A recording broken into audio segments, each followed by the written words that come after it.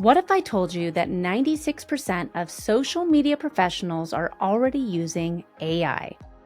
Not tomorrow, not sometime in the future, right now. Almost every single person working in social media has folded AI into their daily routine. And here's the kicker: 72% of them are using it every single day.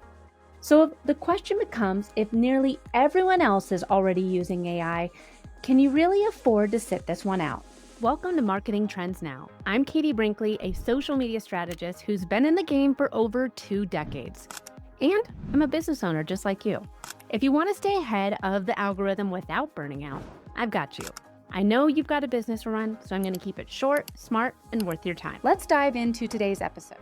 Today, we're going to unpack what it really means to be a part of what I'm calling the 96% club, because here's the truth.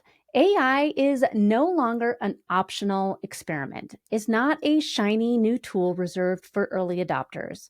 It is mainstream. And if you're a small business owner, a creator, or an entrepreneur, that should be a wake-up call. This is not about replacing your creativity or your voice.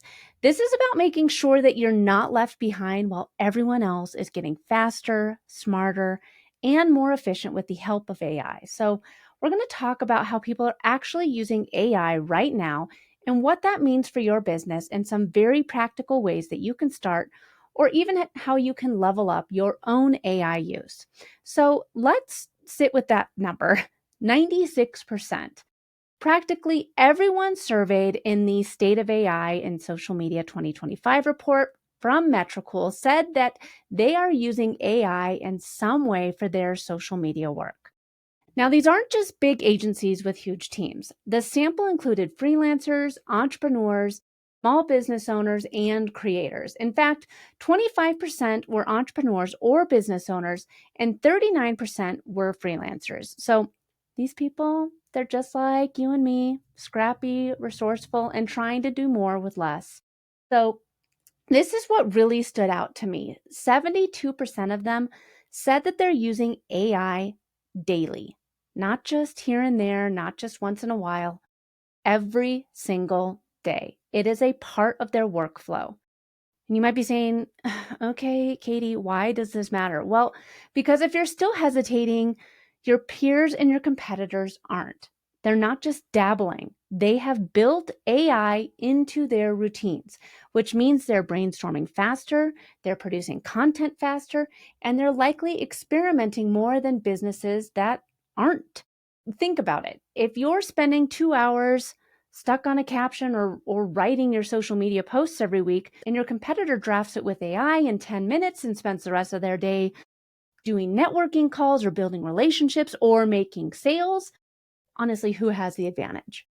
Okay, so let's talk about how people are actually using it. And I love this report. If you haven't checked it out, Metricool gave us the full report. I love Metricool. I am an affiliate for them. You can check them out at metricool.com/Katie to get my affiliate code. But in their report, they broke it down, and the number one use case by a long shot is content idea generation. 78% of people use AI to brainstorm ideas. So think about that with your own business. Instead of racking your brain with what should I post about this week, you could literally sit down and in 5 minutes have 20 content ideas tailored specifically for you, your business, your industry. So for example, if you're a fitness coach, you could ask AI, give me 10 post ideas that explain why short workouts are more effective than long ones. Boom. You're no longer starting from square one or from square zero. The second most common use case is writing posts, copy, and captions. Over 72% are using AI to actually draft their texts. And again, this doesn't mean that you just copy and paste what the tool gives you. The best strategy is to use it for that messy first draft. Let it help you get those ideas flowing and get the ideas generated, and then you can shape it into your brand's voice. And then 68% are using AI to adapt content for different platforms. And this is a big one. This is one I think a lot of people forget about, but I guess not too much. 32% of you are forgetting about it, because how often have you taken your Instagram post, slapped it on LinkedIn and thought, it doesn't really fit here, but I'm going to go ahead and do it anyways. And I talk about this a lot when I speak on stage. I actually have a really funny video that I share from YouTube. It's about lettuce and cabbage. If you've ever seen me speak on stage, you know what I'm talking about. But these might look the same, these social media platforms, but they're not the same. They have a different culture. And so if you post something on Instagram, but it was originally created for your LinkedIn audience, it's not going to fit that great. It feels a little funky. AI can take that same idea and rewrite it for your LinkedIn audience. So rewrite it in that professional tone, or trim it down for a Twitter post, or turn it into the bullet points or those thread style posts that are working so well on Facebook right now. Now, here's what's not happening. Very few people are using AI to respond to comments and messages, only 17%. Honestly, thank goodness, because responding to your audience, that's where relationships are built. That's the part that you don't want to outsource. That's where your authenticity shines through. All right, now let's talk about some real life examples that I saw in the report. So because the report included some quotes from actual creators. So one photographer said AI helps her polish her content in her second language, English, and create bilingual posts on different platforms.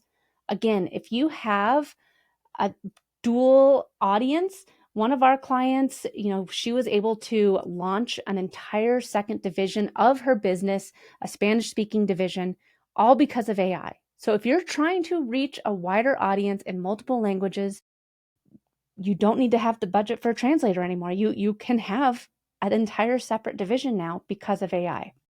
Another creator in the food niche said that he uses AI to generate food recipe ideas. So imagine being a restaurant owner or a food blogger and having AI brainstorm seasonal recipes or menu ideas for you. So these aren't just big brand scenarios. These are small independent creators that are using AI as a support system, not as a replacement. And like I said, we at Next Step Social are doing it for our clients as well. So you might be saying, okay, I'm doing some of these things with AI, but this was a great reminder. Where should I start, Katie? These are my big 3 takeaways from the report and where I would start implementing this week. Number 1, if you're not using it for idea generation right now, start doing it this week. Use AI to help you generate different ideas. If you're not sure how to use it just yet, use AI as your brainstorming partner. Give it a simple prompt related to your business and see what it comes back with. You would be amazed at how quickly you can fill up your content calendar. Number 2, move on to drafting captions. Don't expect perfection because it is still a robot. Just expect a rough draft that you can then go in and polish. This alone can save you hours. And then number 3, leverage adaptation. This is where the real time savings come in. Take one piece of content and have AI repurpose it across those different platforms. Have it talk to that LinkedIn audience, that Instagram audience, that Facebook audience. That's how you stretch your ideas without burning out. Again, if you see me speak on stage, have the lettuce cabbage scenario where they're different. They might look the same, but they're just a little bit different. All right, and this is just a real quick reminder. You don't have to automate everything. Pick 1 or 2 areas where AI can give you quick wins and build from there. So let's zoom out real fast and take a look at what this means for you as a small business owner. Here's your opportunity. With AI, you no longer need to have a big marketing department to keep up. You can run lean, move fast, and still create professional level content. But here's the challenge. If you're not using AI, you are at a disadvantage. Your competitors are producing more, they're testing more, and they're engaging more while you're still struggling with a blank Google Doc. The other challenge is mindset. Some people resist AI because they think it'll make their content generic. And yes, if you take what AI spits out and post it raw, it will feel generic. But if you use it as a partner, like a junior copywriter who gives you drafts that you can then refine, you'll have the best of both worlds, speeds and authenticity. So, bottom line, AI is not a trend. It is here. It is already a part of how 96% of people are running their social media today. The majority are using it daily, and they're using it to make their workflows faster and smarter. If you're not on board yet, folks, you're missing an opportunity. You're competing at a disadvantage. And the good news is you don't need to overhaul your entire strategy overnight. Start small, use it to brainstorm, use it to draft, use it to adapt, and then spend your saved time on things that only you can do, like building real relationships with your audience, serving your clients, and growing your business. Here is my challenge to you this week. Pick one AI tool, just one, and test it out for your next piece of content. Don't overthink it, just try it. And if you found this episode helpful, make sure that you subscribe to Marketing Trends Now, because over the next few weeks, I'm going to keep breaking down how AI is reshaping the way that we market, sell, and grow. Until then, keep your marketing smart, strategic, and always on trend.